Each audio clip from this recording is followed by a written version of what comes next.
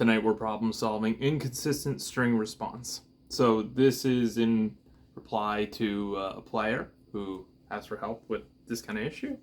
And what I noticed while this player was sweeping very well in time, he had excellent time with that, is one, he was always starting low. So he was always starting on the low notes with whatever sweep pattern he was doing, and it looked like, just from the sort of front view, that there was a bit of anchoring of the back part of the palm on the bridge. And one of the telltale signs of this is that there is a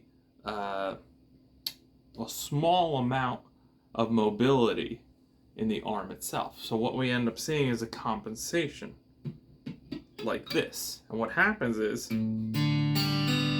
the strings get more shrill and thin at the top because we're literally adding more cut to our pick attack. We're actually slicing through the pick more and more, closer to a 90-degree angle.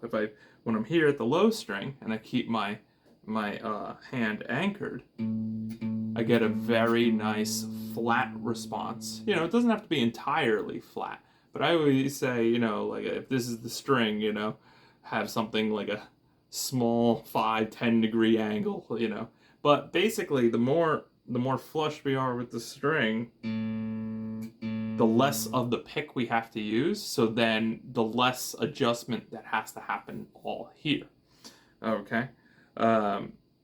So if I'm putting my hand here and I'm going through, and I start to get that inconsistent string response.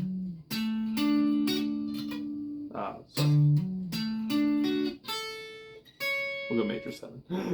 But you hear it? Hear that? That is the tone killer right there. That scratch. Instead, what we want to do here is we want to look and go, I've got too much cut to the string. Let's see if we can get a view of this real quick. We can hear it. Yeah, a little bit right there, but you can see how extreme that is. Generally I'd be going for something like this. Oops, moving the string. Hold it by the horn. I'd be going for something like this. That's giving me the pleasant sound. That's giving me the sound that's not too shrill and not too thin, right? I'm using especially thin strings on this instrument right now. So playing with the fullest tone via technique is actually imperative to enjoying the sound, right? So if you notice, to make the good sound down here on the first string, where is my hand? Well, it's far away. It feels far away from the place where I would be anchoring here. And sometimes players do this for the muting. You could hear that the muting's there already. So let's see. You can get a nice little percussive thing. If that's the case, I would just actually move the hand down a little bit and just add a little bit more up extension, because which strings are going to sound the most shrill and also get the most stuck is probably the ones with the highest tension in a standard set, which would be something like the first string, So what we want to do is we want to get down to the treble string. So what we can do to start training this, one is just with, either acoustic instrument or the volume down, but just understanding what it takes for us to get a consistent string response, whether we're alternate picking. Let's go even with a little shake approach. Okay, we got that. All right, put the volume on. Too hard.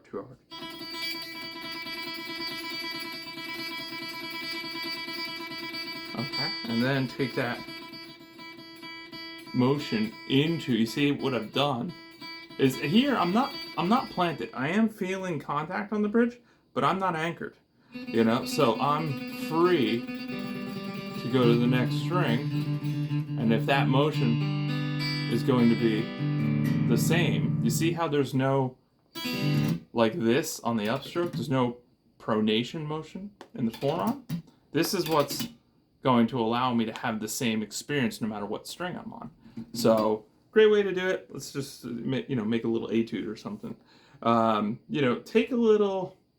You could even start with it, but start on the trebles. You could take a little 2-string suite, because just sort of interrupting my own thought here.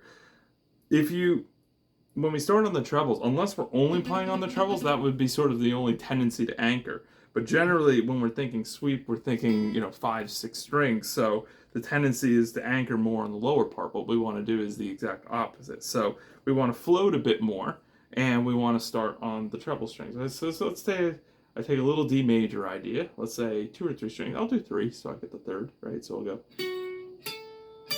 right? And I just want to make sure each of those notes have the same angle of attack as I go through the pick. Bum, bum, bum.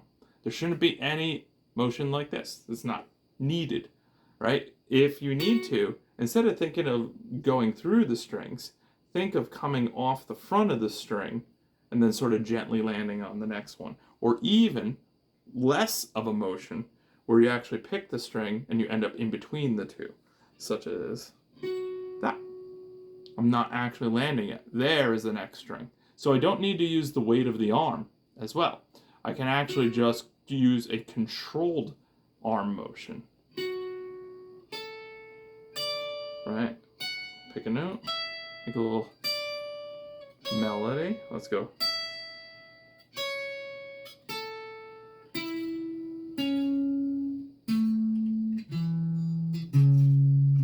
Maybe a little bass scale kind of thing. Move it around a little bit. Let's see. B minor? Let's go B minor. But playing this slowly and just listening to each note will teach you what you need to know about your own approach to technique and tone production. Let's go E minor. And let's throw that single melody in there. So I'm just listening.